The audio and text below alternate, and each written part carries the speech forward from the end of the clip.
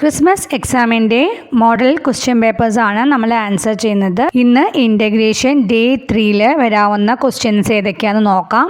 അതിലെ ആദ്യത്തെ ആക്ടിവിറ്റി വരികൾ കൂട്ടിച്ചേർക്കാനുള്ളതാണ് കേട്ടോ. അപ്പോൾ ജാനിയുടെ പിറന്നാൾ. രാത്രിയിൽ നടക്കുന്ന പിറന്നാൾ ആഘോഷത്തിന് ജാനിയുടെ കൂട്ടുകാരിൽ ആരെല്ലാം വരുമെന്ന് അമ്മ ചോദിച്ചപ്പോൾ ജാനി. അപ്പോൾ ജാനിയുടെ പിറന്നാളാണ് അല്ലേ. അപ്പോൾ പിറന്നാൾ ആഘോഷത്തിന് കൂട്ടുകാരൊക്കെ വരുന്ന അമ്മ ചോദിച്ചു. അപ്പോൾ ജാനി പറയുകയാണ്. എന്താ പറയണത് നോക്കൂ. അവിടെ നമുക്ക് കുറച്ച് ചിത്രങ്ങളും കൊടുത്തിട്ടുണ്ട് ആരൊക്കെയാണ് വരിക എന്നുള്ളത് അല്ലേ. അമ്പിളിമാമനെ കാണാണ്ട്, നക്ഷത്രങ്ങളെ കാണാണ്ട്, മിന്നാമിന്നുകളെയൊക്കെ കാണാണ്ട് അല്ലേ. ജാനി ആരൊക്കെയാണ് വരിക എന്നുള്ളത് പാട്ട് പാടിയിട്ടാണ് പറയുന്നത്. നോക്കി നോക്കൂ. അമ്പിളി മാമൻ വരുമല്ലോ, സമ്മാനവുമായി വരുമല്ലോ, പുഞ്ചിരി തൂകി വരുമല്ലോ, കാണാൻ എന്തൊരു ചേലല്ലോ. അപ്പൊ ആദ്യം പറഞ്ഞത് ആര് വരുന്നാ പറയുന്നത്? ജാനിമോള്. അമ്പിളി മാമൻ വരും എന്ന് പറയാണ് അല്ലേ. അപ്പൊ ജാനിമോൾക്ക് സമ്മാനമൊക്കെ ആയിട്ടാണ് വരിക എന്ന് പറയാണ്. പുഞ്ചിരിച്ചും കൊണ്ട് വരും, അതുപോലെ തന്നെ നല്ല ഭംഗിയാണ് കാണാൻ എന്ന് പറഞ്ഞിട്ടുണ്ട് അല്ലേ. ബാക്കി നമ്മൾ പൂരിപ്പിക്കണം. പിന്നെ ആര് വരുമല്ലോ നമുക്ക് പറയാം. നക്ഷത്രങ്ങൾ വരുമല്ലോ എന്ന് പറയാം അല്ലേ. നമുക്ക് അവിടെ ചിത്രത്തിൽ നക്ഷത്രമൊക്കെ കൊടുത്തിട്ടുണ്ട്. അപ്പൊ നമുക്ക് നക്ഷത്രങ്ങൾ വരുമല്ലോ. പിന്നെ എങ്ങനെ വരുമല്ലോ എന്ന് പറയാം. പിറന്നാളിന് വരുമ്പോ സമ്മാനവുമായി വരുമല്ലോ എന്ന് പറയാം അല്ലേ. സമ്മാനവുമായി വരുമല്ലോ. പിന്നെ എങ്ങനെ വരുമെന്ന് പറയാം. മിന്നിത്തിളങ്ങല്ലേ ചെയ്യാൻ നക്ഷത്രങ്ങള്. അപ്പൊ മിന്നിത്തിളങ്ങി വരുമല്ലോ, കാണാൻ എന്തൊരു ചേലല്ലോ എന്ന് എഴുതാലോ. അടുത്ത 4 വരികൾ നമ്മൾ തന്നെ എഴുതണം കേട്ടോ. അപ്പൊ നമുക്ക് എന്ത് എഴുതാം? മിന്നാമിനുങ്ങുകൾ വരുമല്ലോ എന്ന് പറയാം അല്ലേ. അങ്ങനെ പാടാല്ലേ. മിന്നാമിനുങ്ങുകൾ വരുമല്ലോ, സമ്മാനവുമായി വരുമല്ലോ, കണ്ണു ചിമ്മി വരുമല്ലോ എന്ന് പറയാം. അല്ലെങ്കിൽ മിന്നി മിന്നി വരുമല്ലോ, കാണാൻ എന്തൊരു ചേലല്ലോ എന്ന് എഴുതിയാൽ മതി കേട്ടോ. നെക്സ്റ്റ് ആക്ടിവിറ്റി മാത്സിൽ നിന്നുള്ളതാണ്. Birthday gift. The stars gave Jani bangles as a birthday gift. എന്താണ്? ജാനി മോൾക്ക് ബർത്ത്ഡേ ഗിഫ്റ്റ് ആയിട്ട് സ്റ്റാറുകള് ബാംഗിൾസ് കൊടുത്തു അല്ലേ. ബാംഗിൾസ് എന്ന് പറഞ്ഞാൽ വളകള്. Jani wore 5 bangles on her left hand and 9 bangles on her right hand. ഇടത് കൈയില് ജാനി 5 വളകൾ ഇട്ടു, വലത് കൈയില് ജാനി 9 വളകൾ ഇട്ടു. ടോട്ടൽ നമ്പർ ഓഫ് ബാംഗിൾസ് എന്ന് പറഞ്ഞിട്ടുണ്ട് അല്ലേ. അതിൽ 2 ബോക്സസ് തന്നിട്ടുണ്ട് അല്ലേ. ടോട്ടൽ നമ്പർ ഓഫ് ബാംഗിൾസ് കാണാൻ പറഞ്ഞാൽ നമ്മൾ എന്ത് ചെയ്യണം? 5 + 9 ചെയ്യണം അല്ലേ. അപ്പോൾ 5 + 9 എന്ന ബോക്സിൽ എഴുതുക. അപ്പോൾ എത്രയാ വരിക?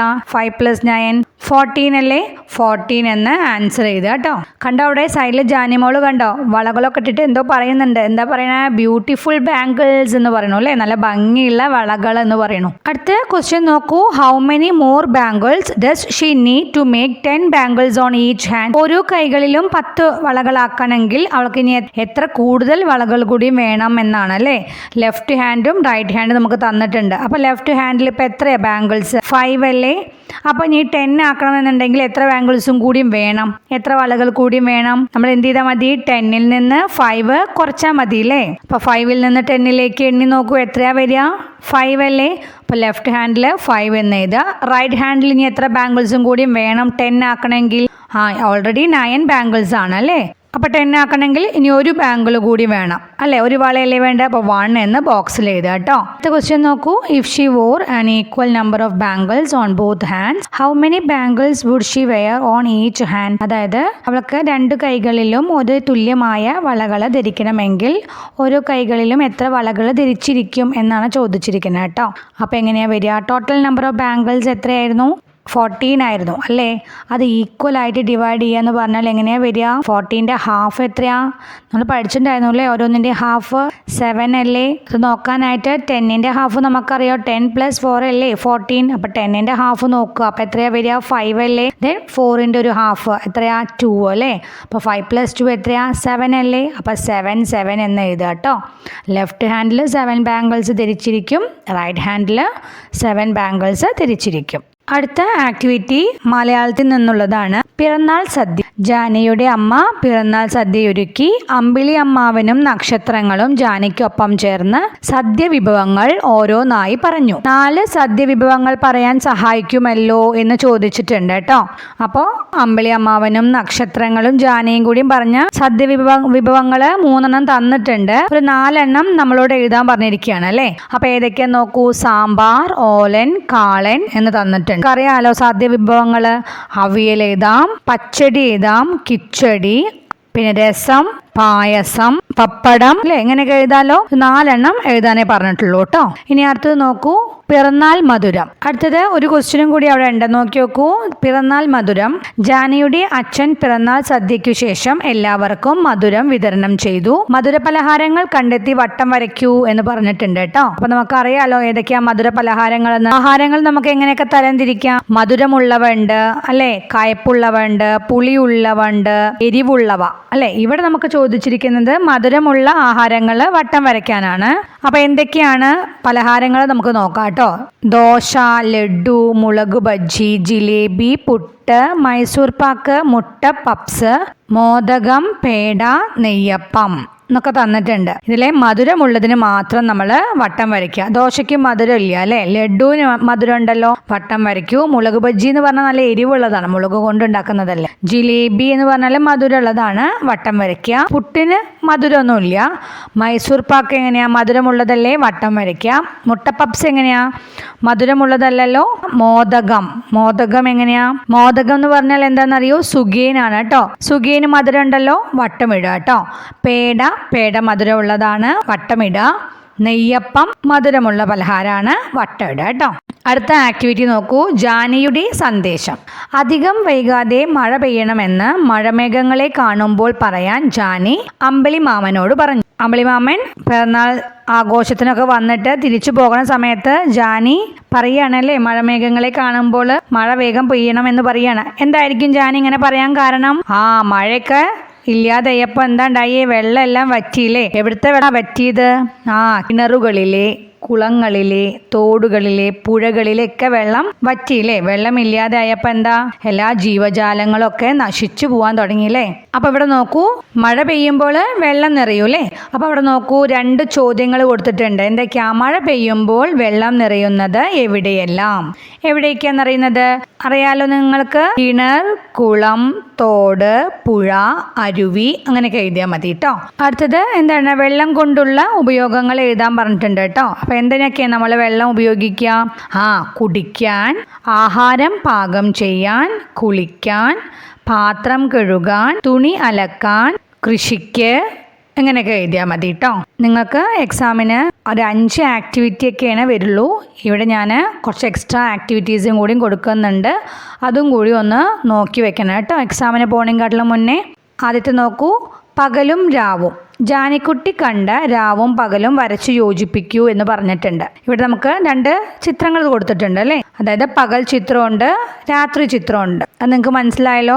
പകൽ എന്ന് പറഞ്ഞാൽ അറിയാലോ, രാവിലെ. രാവ് എന്ന് പറഞ്ഞാൽ രാത്രി, അറിയാലോ. വരച്ചു യോജിപ്പിക്കുക കേട്ടോ. നമുക്ക് നോക്കാം എന്തൊക്കെയാണ് അവിടെ കൊടുത്തിരിക്കുന്നത്. വെട്ടി തിളങ്ങുന്ന സൂര്യൻ. അത് എപ്പോഴാണ് ഉണ്ടാവുക? പകൽ നേരത്താണോ രാത്രി സമയത്താണോ? രാവിലെയാണ് അല്ലേ. അപ്പൊ പകൽ എന്നുള്ള സ്ഥലത്തേക്ക് വരച്ചു യോജിപ്പിക്കുക. ചിത്രം ഏതാണെന്ന് മനസ്സിലായല്ലോ നിങ്ങൾക്ക്. പകലും രാവും തിരിച്ചറിഞ്ഞല്ലോ. പുഞ്ചിരി തൂകുന്ന അമ്പിളിമാമൻ രാത്രിയിലല്ലേ കാണുക, തിരിച്ചറിഞ്ഞല്ലോ. മിന്നിത്തിളങ്ങുന്ന നക്ഷത്രങ്ങൾ, അതും രാത്രിയിലാണല്ലേ.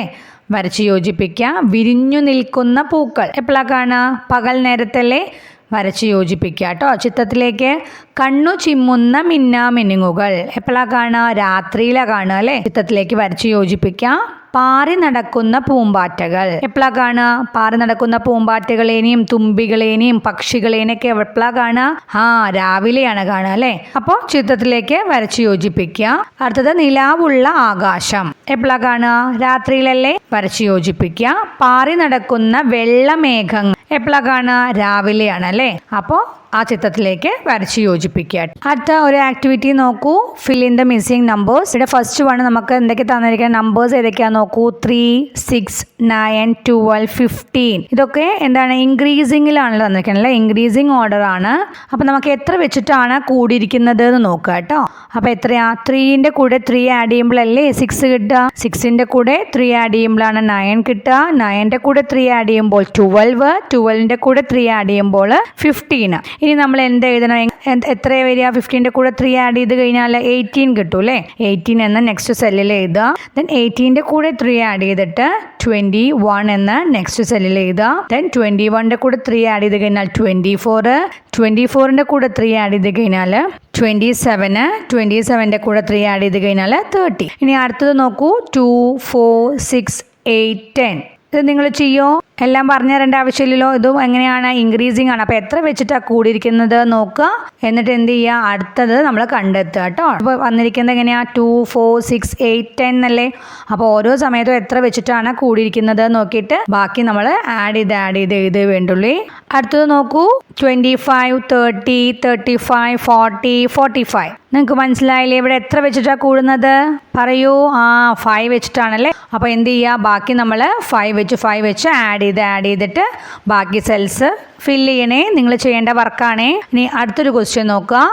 19, 20, 21, 22, 23. ഇവിടെ എങ്ങനെയാ, അസെൻഡിങ് ഓർഡറിൽ പോയിരിക്കുകയാണ്. 1 വെച്ചിട്ടാണ് ഇൻക്രീസ് ചെയ്യുന്നത്. ബാക്കി നിങ്ങൾ ഫില്ല് ചെയ്യണം കേട്ടോ. ഇനി അടുത്തൊരു ആക്ടിവിറ്റി നോക്കൂ, അഡീഷൻ ആണ്. Find the missing number. നമുക്ക് നോക്കാം അല്ലേ. 1 + ഡാഷ് ഈസ് ഈക്വൽ ടു 8 എന്ന് തന്നിട്ടുണ്ട്. നമുക്കറിയാലോ 1 + എത്രയും കൂടി ആഡ് ചെയ്താലോ, 1ൻ്റെ കൂടെ എത്ര ആഡ് ചെയ്താലാണ് 8 കിട്ടുക? 7 അല്ലേ. അങ്ങനെ എഴുതുക. 1 + 7 ഈസ് ഈക്വൽ ടു 8 എന്ന് എഴുതുക. ഇനി നമുക്ക് തന്നിരിക്കുന്നത് നോക്കൂ, ഡാഷ് + 3 ഈസ് ഈക്വൽ ടു 8. എത്രൻ്റെ കൂടെ 3 ആഡ് ചെയ്താലാണ് 8 കിട്ടുക? അപ്പോൾ എന്ത് ചെയ്താൽ മതി, 8ൽ നിന്ന് 3 കുറയ്ക്കുക അല്ലേ. അപ്പോൾ അതായത് 3ൽ നിന്ന് 8ലേക്ക് എണ്ണി നോക്കുക. ഇനി എത്രയും കൂടി വേണം 8 ആവാനായിട്ട് എന്ന്.